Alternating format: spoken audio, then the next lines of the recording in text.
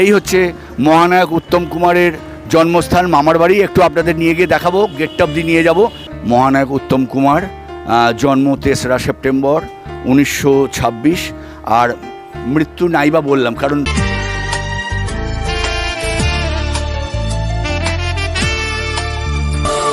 এ নীল ধ্রুব তারা, এ স্বপ্ন দিশাহারা, এ রাত জেগে লেখা কবিতা। নমস্কার, শুভ সন্ধ্যা। সব ইন্ডিয়া নাও এর চ্যানেল থেকে আমি উত্তর কলকাতার প্রদীপ কুমার দাস। আজকে একটি সুন্দর সুসজ্জিত পার্ক গার্ডেন আপনাদের নিয়ে যাব। এটা হচ্ছে উত্তর কলকাতার একটা বনেদি অঞ্চল, শোভাবাজার বিকেপাল অঞ্চল, আর কলকাতা মিউনিসিপ্যাল কর্পোরেশনের 19 নম্বর ওয়ার্ডের আন্ডারে এই BK পাল পার্ক। আপনারা জানেন, আপনাদের দেখাতে বলবো ক্যামেরা পার্সনকে। এই যে হচ্ছে BK পাল অ্যাভিনিউ, যে BK পাল অ্যাভিনিউ চিতপুর থেকে আসছে।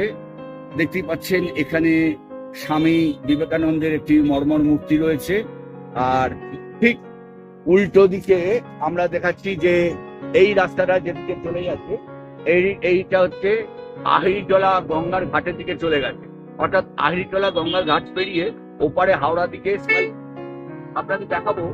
এই বিকেপাল অ্যাভিনিউর ওপর আপনারা দেখছেন যে একটি মর্মর মূর্তি, আমাদের মহানায়ক, বাংলা চলচ্চিত্রের মহানায়ক, সকলের প্রিয় প্রয়াত উত্তম কুমারের মর্মর মূর্তি দেখতে পাচ্ছেন। যদিও এটা বিকেপাল পার্কের গেটের ঠিক অপোজিটে, কিন্তু এটা KMC ওয়ার্ড নাম্বার 20, এটা যাকে বলে 20 নম্বর ওয়ার্ডের আন্ডারে পড়ে গেল। এই হচ্ছে মহানায়ক উত্তম কুমারের জন্মস্থান মামার বাড়ি। একটু আপনাদের নিয়ে গিয়ে দেখাবো, গেট অবধি নিয়ে যাব, ভেতর অবধি। মহানায়কের মর্মর মূর্তি রয়েছে, আপনাদেরকে একটু দেখাতে অনুরোধ, ক্যামেরা পার্সনকে দেখাতে অনুরোধ করছি। এবং যদিও এটা এখন লক রয়েছে, একটু পরে খুলবে।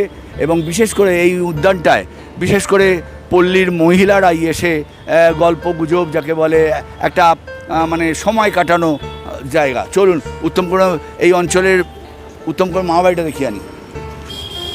যাবি তো? এই হচ্ছে পুরাতন আহিরিটোলা। আহিরিটোলার একটা বনেদি অঞ্চল, শোভাবাজার সুতানুটি অঞ্চল, একটা বনেদি অঞ্চল। চলুন উত্তম কুমারের মামার বাড়ি দেখানোর জন্য এই পথটাকে যে আমরা একদিক দিয়ে প্রবেশ করছি, আর একদিক দিয়ে আমরা বেরিয়ে আসবো। আপনাদের দেখাতে নিয়ে যাই যে উত্তম কুমার যে মামার বাড়িতে, মানে তার মামার বাড়িতে জন্মেছিলেন। আর আমাদের এটা একটা বিরাট গর্ব যে বাংলার মহানায়ক তিনি যে বাড়িতে জন্মেছিলেন। চলুন আপনাদের দেখিয়ে আনি। মহানায়ক উত্তম কুমার জন্ম 3রা সেপ্টেম্বর 1926, আর মৃত্যু নাইবা বললাম কারণ তিনি আমাদের কাছে কিন্তু মানে জীবিতই। তার মহানায়কের আসল নাম হচ্ছে অরুণ কুমার চট্টোপাধ্যায়। এই বাড়িতেই, এই মামার বাড়িতেই তিনি জন্মগ্রহণ করেছিলেন 3রা সেপ্টেম্বর 1926-এ। আমরা গর্ব অনুভব করি যে আমাদের পাড়ায় মহানায়কের জন্ম, আমাদের এই এলাকাতেই মহানায়কের জন্ম। পুরো বাড়িটা একটু দেখাতে অনুরোধ করছি ক্যামেরা পার্সনকে। দেখতে পাচ্ছেন যে কলকাতা কর্পোরেশনের এখানকার যিনি কাউন্সিলর, পৌরপিতা 20 নম্বর ওয়ার্ডের বিজয় উপাধ্যায়, তার নামে মানে তিনি আর কি এই বোর্ডটা করে দিয়েছেন। এবং মহানায়ক উত্তম কুমারের আরেকটি সুন্দর ছবি আমি ক্যামেরা পার্সনকে বলবো একটু এগিয়ে গিয়ে দেখাতে।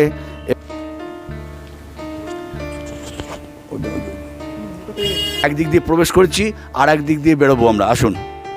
মহানায়ক উত্তম কুমারের মামার বাড়ি দেখলেন, যেখানে তিনি জন্মেছিলেন। এবং মহানায়ক উত্তম কুমারের মামার বাড়ির একেবারে 2 হাত দূরেই এই স্টপেজটার নাম হচ্ছে Sasthitala. Sasthitala bus stand, bus stoppage, যাকেই বলবেন ষষ্ঠীতলা বাস স্টপেজ। এবং নিমু গোস্বামী লেন, আমরা জানি নিমু গোস্বামী লেন প্রবেশ করতেই একদম বাঁ হাতে একেবারে যাকে বলে কয়েক পা, মানে 7-8 পা দূরত্বেই হচ্ছে মহানায়কের উত্তম কুমারের মামার বাড়ি। ষষ্ঠীতলার পথ দিয়ে আমরা আপনাদের বেরিয়ে যাব আমরা। চলুন আপনাদের মাঠের মধ্যে বিকেপাল পার্কে নিয়ে যাব। তার আগে আপনাদের একটি সুন্দর ট্রামের মডেল দেখাবো, মানে আমরা স্মৃতি হিসেবে ধরে রাখছি। দেখুন ট্রামের মডেল দেখতেই পাচ্ছেন। অর্থাৎ যদিও আমরা জানি ট্রামের 2 কামরার মডেল, কিন্তু এটা হচ্ছে এক কামরা লেখা, মানে এক কামরার একটি মডেলকে আপনারা দেখতে পাচ্ছেন যে একটি যাকে বলে সজ্জিত মডেল হিসেবে ট্রামকে তুলে রাখা হয়েছে। আর বিকে পাল পার্কের এই যে 1 নম্বর গেট, এটা হচ্ছে মেন গেট। এই মেন গেটের মধ্যে দিয়ে প্রবেশ করব, পুরো মাঠটা আপনাদের ঘুরিয়ে দেখাবো। ভেতরে দুটি বড় জিমনাসিয়াম আছে, চলুন আপনাদের নিয়ে যাই আগে ভেতরে। মেন গেটে প্রবেশ করেই বাঁ দিকে একটি দেখুন সজ্জিত রয়েছে মডেল ময়ূর, ময়ূর পেখম মেলেছে আর সুন্দর একটি গার্ডেনের মধ্যে ময়ূরকে দেখা যাচ্ছে। চলুন এদিকে আমাদের একটি বাঘের মূর্তি দেখিয়ে আনতে বলছি ক্যামেরা পার্সনকে। বাঘের মূর্তিটা, বাঘ মামা আমাদের দিকে কটকট করে তাকিয়ে আছে, কটকট করে তাকিয়ে আছে, যে কোনো মুহূর্তে আমাদের ঘাড়ে হয়তো ঝাঁপিয়ে পড়বে। না না, ভয়ের কিছু নেই, এই বাঘ মামাকে হাত বুলোলেও কিছু বলে না, অর্থাৎ মডেল বাঘ মামা। চলুন। এই মুহূর্তে দেখতে পাচ্ছেন অগ্রণী পল্লী মঙ্গল সমিতি, যেটা আপনারা দেখতে পাচ্ছেন যে 1945, বুঝতেই পারছেন 1945-এ স্থাপিত হয়েছিল অগ্রণী পল্লী মঙ্গল সমিতি। এই মুহূর্তে এই ক্লাবে আর কি প্রতিদিন জুডো, ক্যারাটে যাকে বলে, যাই বলুন না কেন, ছোট ছোট ছেলে মেয়েদের শেখানো হয়। চলুন আপনাদের বাচ্চাদের দেখিয়ে আনি। এই অগ্রণী পল্লী মঙ্গল সমিতিতে প্রতিদিন, সপ্তাহের প্রতিটা দিন জুডো, ক্যারাটে, কুম্ফু যাই বলুন না কেন, রেগুলার প্র্যাকটিস হচ্ছে। একটা গদি দেখতে পাচ্ছেন, এই গদিটার উপর আমি দাঁড়িয়ে রয়েছি এবং পুরোপুরি একটা সেফটি জায়গা, যাকে বলে কভার জায়গা। আমি যাদের ট্রেনারকে দেখাবো, আরেকজন ম্যাডাম রয়েছে ট্রেনার, তাকেও দেখাবো। তার আগে একটু প্র্যাকটিস দেখিয়ে নিই চট করে। আমরা আসি যে এই ট্রেনারের কাছে চলে যাই। আপনার নাম? আমার নাম সোম সাধুকা, আমি ফোর্ডান ব্ল্যাক বেল্ট কুকিওয়ান সাউথ কোরিয়া থেকে এবং খেল সম্মান পেয়েছি পশ্চিমবঙ্গ সরকার থেকে। আমাদের এখানে তাইকোয়ান্ডো শেখানো হয়, এটা একটি Bengal Olympic association official game এবং অলিম্পিক গেম। এটা সব বয়সের বাচ্চারাই করছে, দেখুন তাহলে ওরা ফাইট। একটু কোচিংটা দেখান। হ্যাঁ নিশ্চয়ই। Zumbi! Caesar!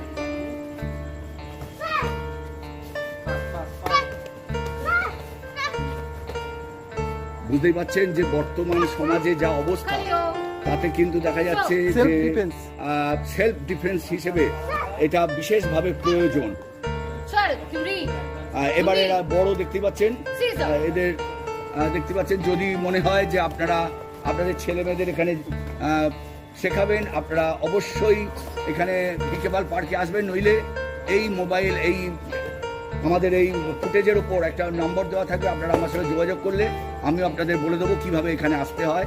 তাই চলুন অগ্রণী পল্লী মঙ্গল সমিতির ভেতরে, ইনসাইড দ্য ক্লাব, তাই সেখানে আরেকটি ঐতিহ্যবাহী প্রাচীন জিমনাসিয়াম, যে জিমনাসিয়াম স্থাপিত হয়েছিল ইংরাজি 1900 খ্রিস্টাব্দে। আমি ক্যামেরা পার্সনকে বলবো একটু ব্যানারটা দেখাতে। এখানে প্রশিক্ষকরা, যদিও প্রচুর ছেলে মেয়ে আসে এখানে, আজকে দেখুন একটা তৈলাক্ত রডে কিভাবে প্রশিক্ষণ দেওয়া হচ্ছে, কিভাবে ওঠানো, প্র্যাকটিস করানো হচ্ছে। দেখুন আস্তে আস্তে কিভাবে উঠছে, শুধু দেখুন একদম তৈলাক্ত রডে। এবং ভবিষ্যতে এটা কাজে লাগে, সেটা হচ্ছে আপনার দমকলে যারা চাকরি করতে যায় তাদের কাছে বিশেষ করে এই ট্রেনিংটা লাগে।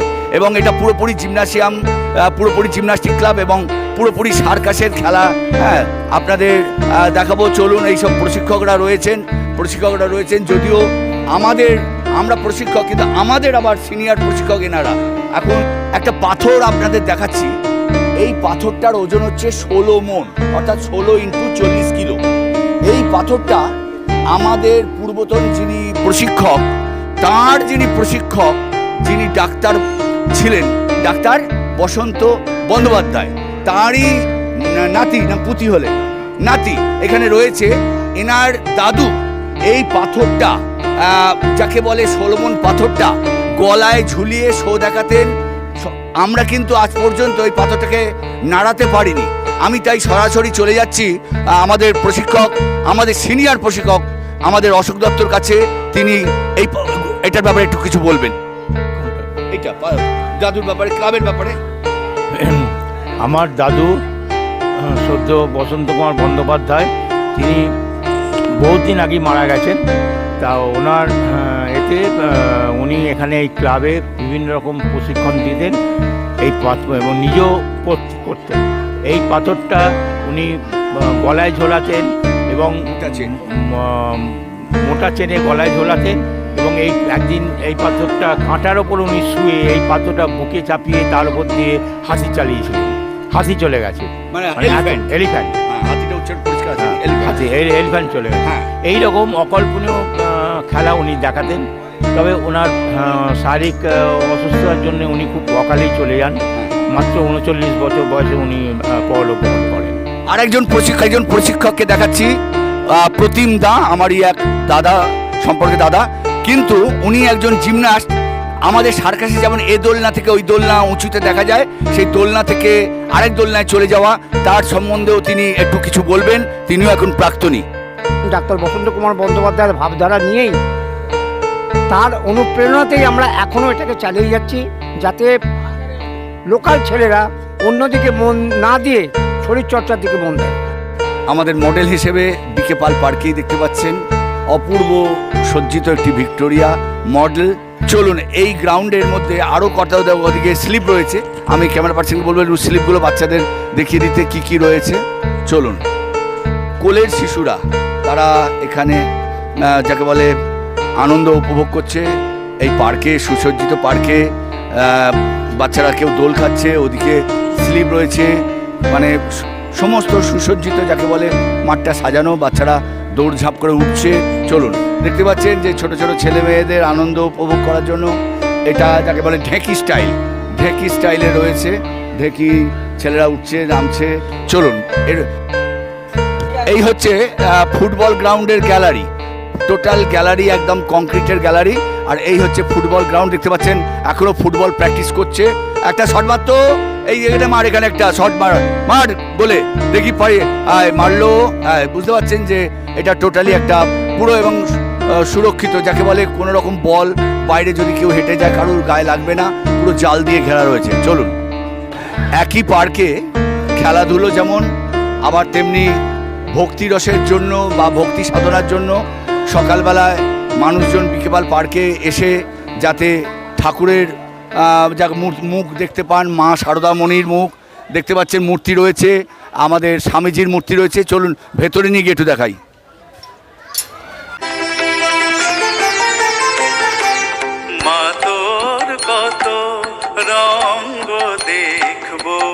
এই গেটটা বিকেপাল পার্কের গেট নাম্বার 4, অর্থাৎ 4 নম্বর গেট, অর্থাৎ এই পাড়ার দিকে এই গেটটা। এবং এই গেটের প্রবেশ পথেই দেখুন হরিসভা রয়েছে, প্রাচীন আমাদের কলকাতা বেনিয়াটোলা সাধারণ হরিসভা। আমি ক্যামেরা পার্সনকে বলবো ওপরে একটু দেখাতে, যে কলিকাতা বেনিয়াটোলা সাধারণ হরিসভা। এইখানে দেখতে পাচ্ছেন যে হরিসভা মহাপ্রভু চৈতন্যদেবের মূর্তি রয়েছে, বড় মূর্তি দেখতে পাচ্ছেন যে রাধা কৃষ্ণ গৌর নিতাই, এবং আমরা দেখতে পাচ্ছি যে মহাপ্রভু শ্রী চৈতন্যদেবের মূর্তি। চলুন, আপনাদের এইখানে শেষ করব, হয়তো আরও অনেক কিছু দেখাবার ছিল কিন্তু ভিডিও বড় হয়ে যাচ্ছে, বেশি দেখানো যাবে না। হ্যাঁ, রাতও হয়ে গেছে, এদিকে ফুটবল গ্রাউন্ড আস্তে আস্তে অন্ধকার হচ্ছে, কিন্তু রাত 10টা অবধি, প্রায় রাত 10টা অবধি মাঠটা খোলা থাকে। বহু মানুষজন এখানে ঘোরাফেরা করেন, তারা কেউ গল্পগুজব করেন, কিন্তু 10টার মধ্যে মাঠ যাকে বলে পুরোপুরি একেবারে সিকিউরিটির দখলে চলে যায়। সিকিউরিটি বিকেপাল পার্কে দুটি পাথর ঘর বলে ঘর আছে, মানে পাথর ঘর আমরা এই কারণে বলি যে একেবারে কংক্রিটের দেওয়াল, আর এটা হচ্ছে বড় পাথর ঘর, এটাকে বলে বড় পাথর ঘর। একদিকে বিকেপাল রোডটা বসে দেখতে পাবেন, আর একদিকে ক্লাবের ভেতরটা, মানে আমাদের মাঠের মধ্যটা দেখতে পাবেন। যাকে দিয়ে শেষ করব তার চরণ প্রান্তে আমরা এসেছি, যাকে বলে স্বামীজির মর্মর মূর্তি। এটা একেবারে বিকেপাল অ্যাভিনিউর ওপর, যার দুপাশ দিয়ে স্বামীজির মন্দির, মানে মূর্তির পেছনে একটি মন্দির আছে, এবং তার দুপাশ দিয়ে আপে এবং ডাউনে গাড়ি যাচ্ছে, আপনারা দেখতে পাচ্ছেন। সেখানে মাঝখানে স্বামীজির সামনে আমরা চলে এসেছি, এবং এইখানেই ভিডিও শেষ করব। উৎসব ইন্ডিয়া নাউয়ের পক্ষ থেকে আমি উত্তর কলকাতার প্রদীপ কুমার দা ছিলাম এতক্ষণ আপনাদের সঙ্গে। আজকের মতো উৎসব ইন্ডিয়া নাউয়ের ভিডিও এখানেই শেষ করছি। নমস্কার, শুভরাত্রি।